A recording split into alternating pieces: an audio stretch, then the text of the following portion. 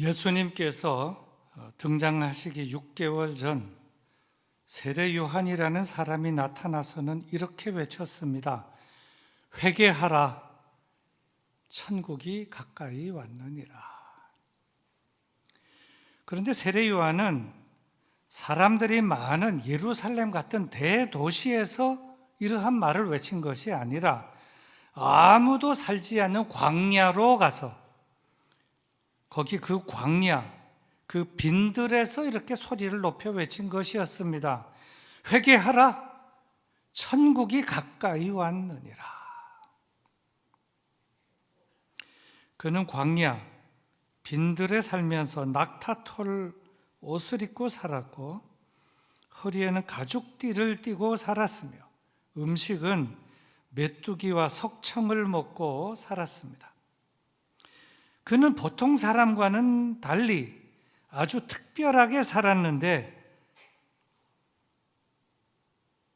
그 광야 그 빈들에서 주의 길을 준비하며 살았고 주님께서 오실 길을 곱게 하는 일을 하면서 열심히 살았습니다. 이 말씀은 오늘날 우리가 대림절에 해야 할 일에 대하여 주시는 말씀이다, 이렇게 믿기에 오늘은 이 내용을 중심으로 은혜를 나누고자 합니다. 1절부터 4절의 말씀입니다. 그때에 세례 요한이 이르러 유대 광야에서 전파하여 말하되 회개하라, 천국이 가까이 왔느니라 하였으니 그는 선지자 이사야를 통하여 말씀하신 자라. 일러스되 광야에 외치는 자의 소리가 있어 이르되 너희는 주의 길을 준비하라, 그가 오실 길을 곱게 하라 하였느니라. 이 요한은 낙타 털 옷을 입고 허리에 가죽띠를 띠고 음식은 메뚜기와 석청이었더라. 이 말씀은 우리가 이 대림절에 해야 할 일에 대한 말씀으로, 첫째, 주의 길을 준비하는 것, 주의 길을 곱게 하는 것, 이것이 우리들이 이 대림절에 해야 할 일이라는 점을 말씀하고 있습니다. 여기서 말씀하시는 주의 길을 준비하는 것, 또 주의 길을 곧게 하는 것, 이것이 아주 참 중요한 것이 이것이 두 가지입니다. 주의 길을 준비하는 것, 주의 길을 곧게 하는 것, 이것인데 이 말씀을 오늘 받고 또 이 한 주간 동안 주의 길을 잘 준비하고 주의 길을 곧게 하는데 힘써야 할 것이며, 그럼 주의 길을 잘 준비하고 주의 길을 곧게 하는 것이 무엇인가? 이제 이 다음 계속되는 9절에서 설명을 하는데 귀를 잘 기울여서 말씀에 경청해 주시기를 바랍니다. 5절과 6절의 말씀입니다. 이때에 예루살렘과 온 유대와 요단강 사방에서 다 그에게 나와 자기들의 죄를 자복하고 요단강에서 그에게 세례를 받더니, 이 말씀도 우리가 대림절에 해야 할 일에 대하여 주시는 말씀으로, 둘째는 뭐냐? 회개하는 것, 회개하는 것. 이것이 대림절에 해야 할 일이라는 점을 말씀하고 있는데, 이 회개, 즉 자기의 죄를 자복하며 회개하는 것은 결코 쉬운 일은 아닙니다. 왜냐하면 사람들은 다 죄인이기 때문에 분명히 잘못을 범하고 죄를 범했음에도 불구하고 그것을 인정하고 회개한다는 것은 쉽지 않기 때문입니다. 그런데 오늘 본문에 등장하는 사람들의 모습을 보면 그렇지 않습니다. 인정하고 회개를 했다는 것입니다. 사실 이 대림절에 우리가 무엇을 해야 하느냐? 주님이 오실 길을 잘 준비하고 그 길을 곱게 하는 것, 그것이 무엇이냐? 그것이 회개라는 것입니다. 회개. 주님이 나에게 오실 길을 잘 준비하는 것, 그 길을 곱게 하는 것, 길바닥을 닦는 것이 아니라 회개하는 것이다 하는 점인데, 이 점에 우리가 힘을 써야 할 줄로 믿습니다. 한 구체적인 예를 들겠습니다. 어려운 일이지만 회개란 무엇인가를 잘 보여주는 한 예입니다. 동남아시아 캄보디아에서 일어난 실례입니다. 실제적인 사건입니다. 크메르 루즈 정권 시절에 사람들을 학살했던 범인들이 나중에 다 붙잡혀서 재판에 넘겨지고 법정에 세워졌던 일이 있었습니다. 그들은 법정에 세워졌을 때 저들은 이렇게 말했다고 합니다. 우리는 사회주의 성취를 위해서 어쩔 수 없었습니다.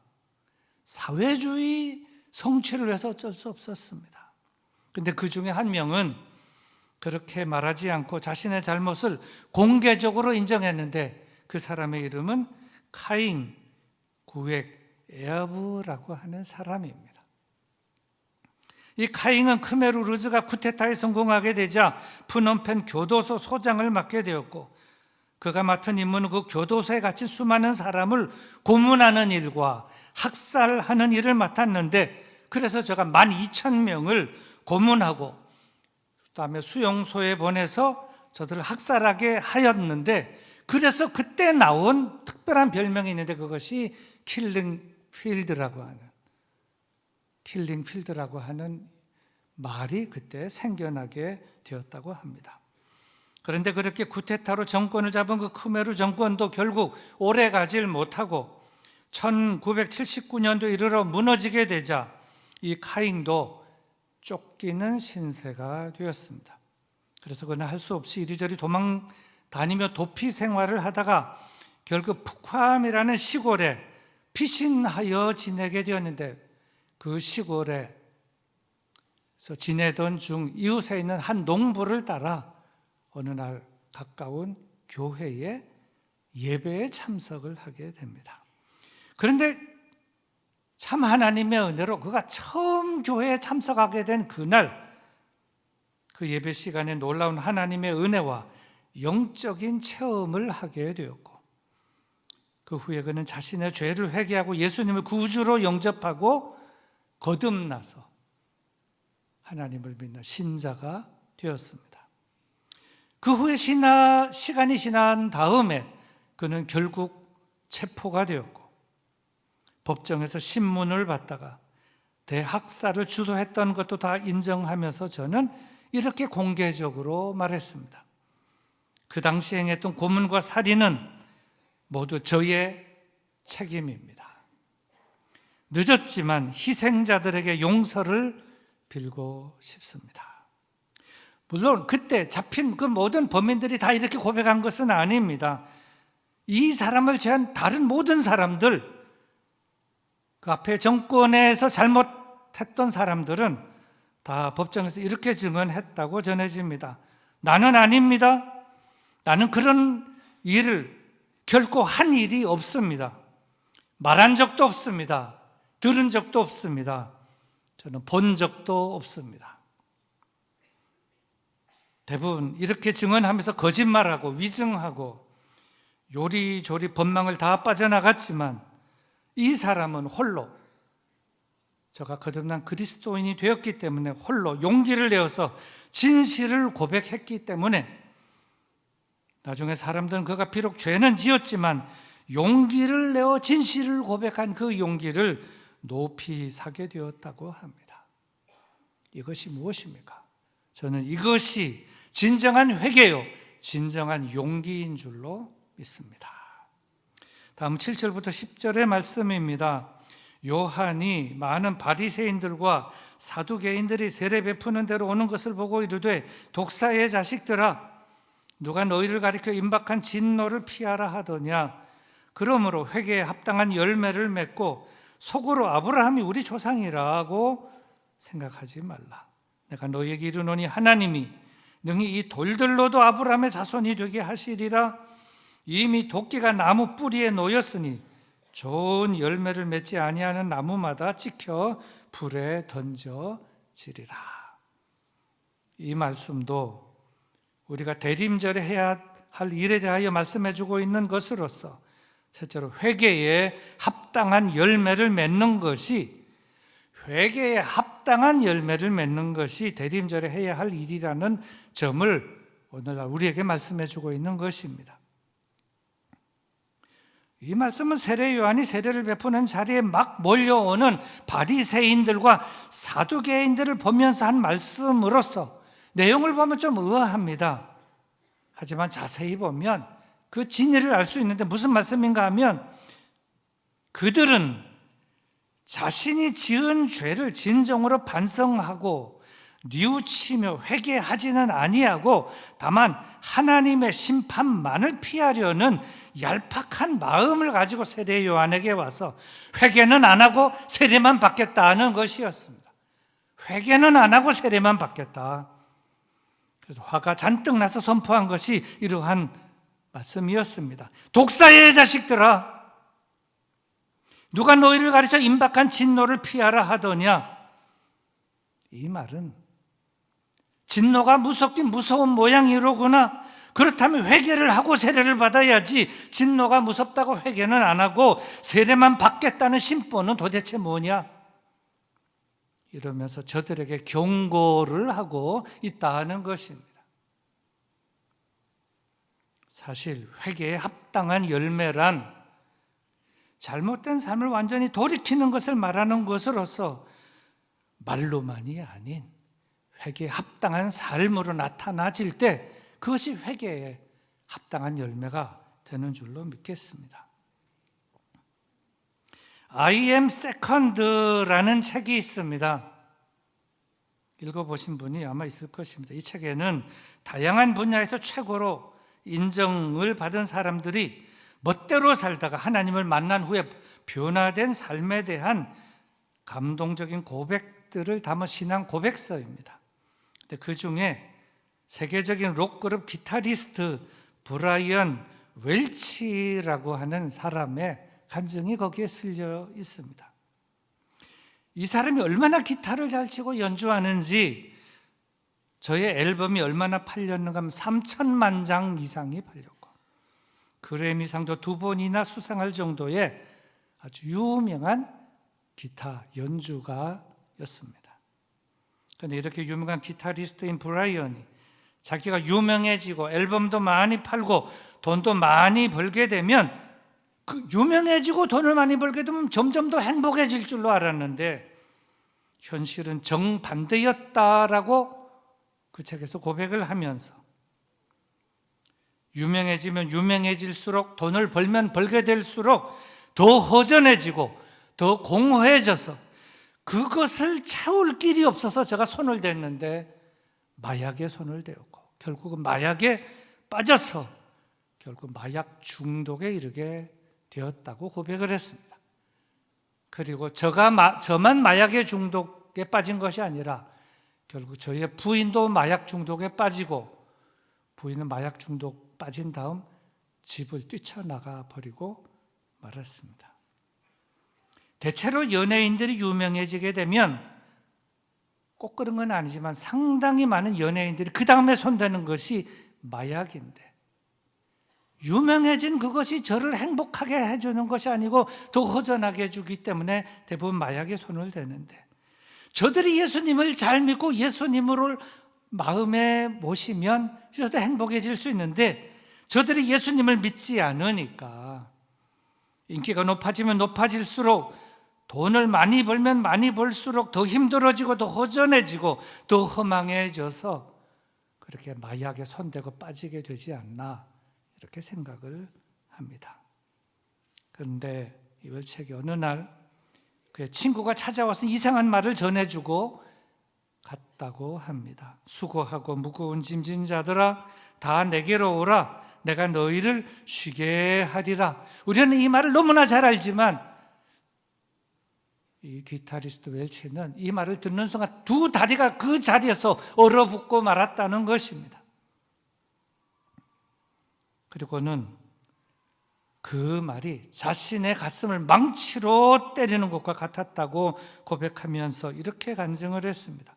나는 그때까지 쾌락을 위해서라면 이 세상에 있는 모든 것을 다 해보았지만 남는 것은 결국 공허함 뿐이었고 가슴에 난 구멍은 결코 채워지질 않았는데 그날 그 말씀을 듣는 순간 그 말씀은 제 가슴에 강하게 와 꽂혔고 저를 새롭게 했습니다. 그리고 그는 그때부터 교회를 다니기 시작했습니다. 하지만 그는 교회는 나가도 말씀을 듣고 예배는 드려도 오랫동안 저의 삶에 뿌리 잡은 마약은 그만두지 못했고 뿌리를 뽑지 못했습니다. 이것이 저의 고민이었습니다. 교회도 나가고 말씀도 듣고 기도도 하지만 이중적인 마약을 손대고 마약 뿌리를 뽑지 못했기 때문에 저는 결국 이렇게 기도를 했다고 합니다. 주님, 저에게서 제발 마약을 거두어 주시옵소서. 제발 마약을 끊게 해 주시옵소서. 간절히 기도하던 어느 날 기도 중에 성령님께서 강력하게 저에게 임하시게 되었고 성령의 강력한 임재와 강력한 간섭하심을 통해서 마약을 저절로 끊게 되었습니다. 그가 이렇게 마약을 끊게 되자 그 즉시 제가 결단을 내리게 되었는데, 첫째로 가지고 있는 모든 마약은 다 내다 버리겠다. 둘째, 오랫동안 몸담고 있는 록 그룹은 즉시 그만두겠다. 그리고 그 일을 실천을 했는데 제가 마약을 다 내다 버리고 록 그룹을 그 즉시 끊게 되자 저를 사랑하고 저를 쫓던 많은 팬들이 요라 같은 비난을 저에게 퍼붓기 시작했습니다. 하지만 저는 팬들의 요라 같은 비난에도 결코 물러서질 않았습니다. 두려워하지 않았습니다.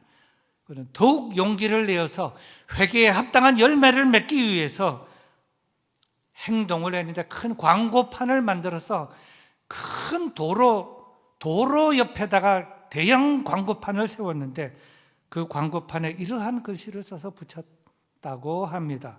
I am second. 무슨 말인가 하면 이제부터 내 삶의 첫 번째는 예수님이시고 나는 두 번째입니다. 이런 의미로 공개적으로 회개에 합당한 열매를 위해서 도로변에 광고판을 이렇게 세웠던 것입니다. 저는 이것이 참 어렵지만 회개에 합당한 열매요. 아주 훌륭한 용기라고 저는 믿습니다. 다음은 11절과 12절의 말씀입니다. 나는 너희로 회개하기 위하여 물로 세례를 베풀거니와 내 뒤에 오시는 이는 나보다 능력이 많으시니 나는 그의 신을 들기도 감당하지 못하겠노라. 그는 성령과 불로 너에게 세례를 베푸실 것이요 손에 키를 들고 자기의 타작마당을 정하게 하사 알곡은 모아 곡간에 들이고 죽정이는 꺼지지 않는 불에 태우시리라.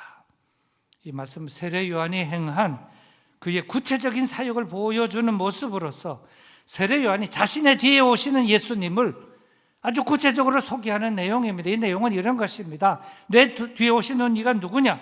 그를 알라. 그를 기다리라.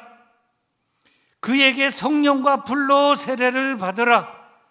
그는 모든 사람이 기다리고 기다리는 그리스도시요 메시아이시다. 이 점을 선포하고 있는 것입니다. 이제 설교 결론입니다.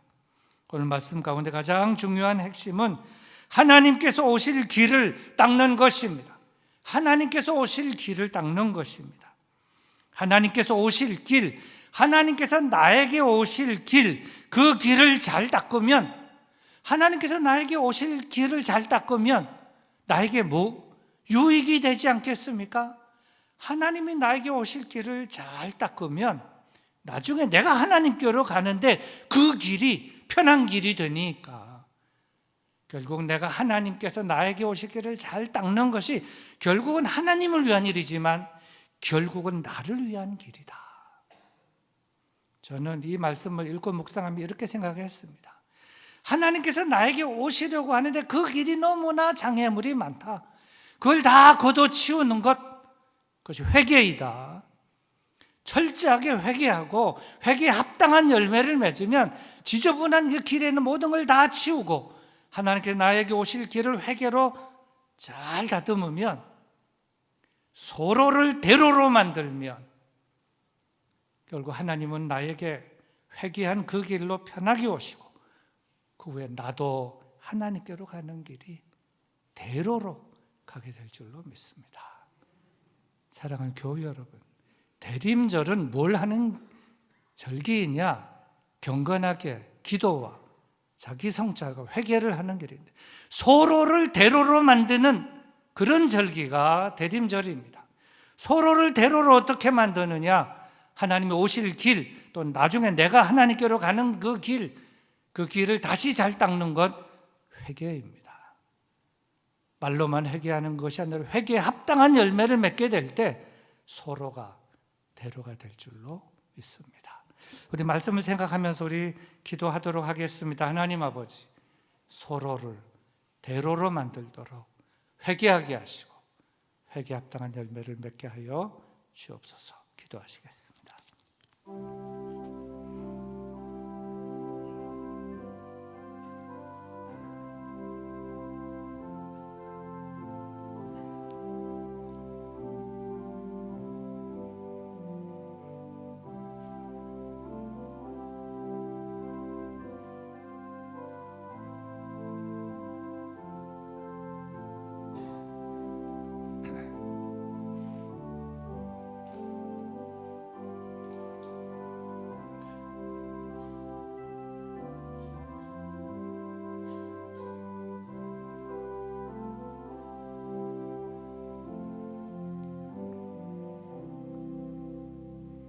하나님 아버지, 예수님께서 등장하시기 전 6개월 전에 세례 요한이 먼저 등장해서 예수님을 소개하려고 세례를 베푸는데 바리새인 사두개인들이 나와 회개는 안 하고 세례만 받으려고 할 때 회개를 강조하면서 회개하지 않는 저들을 향하여 독사의 자식들이라고 강하게 질책했던 말씀을 묵상합니다. 주님께서 오실 길을 준비하고 주님께서 오실 길을 닦아야 하는데 그것은 안 하고 세례만 받고 진노만 피하겠다 했던 그때 그 사람들이나 오늘날 우리가 이 대림절에 회개를 하지 않고 예수님만 맞이하겠다 하는 거나 무엇이 다른가 생각합니다. 회개하게 하시고 회개에 합당한 열매 맺게 하여 주시고 하나님께서 나에게 오실 길을 준비하고 곧게 하는 회개를 통해서 서로를 대로로 만드는 대림절 되게 하여 주시기를 예수님의 이름으로 기도드리옵나이다.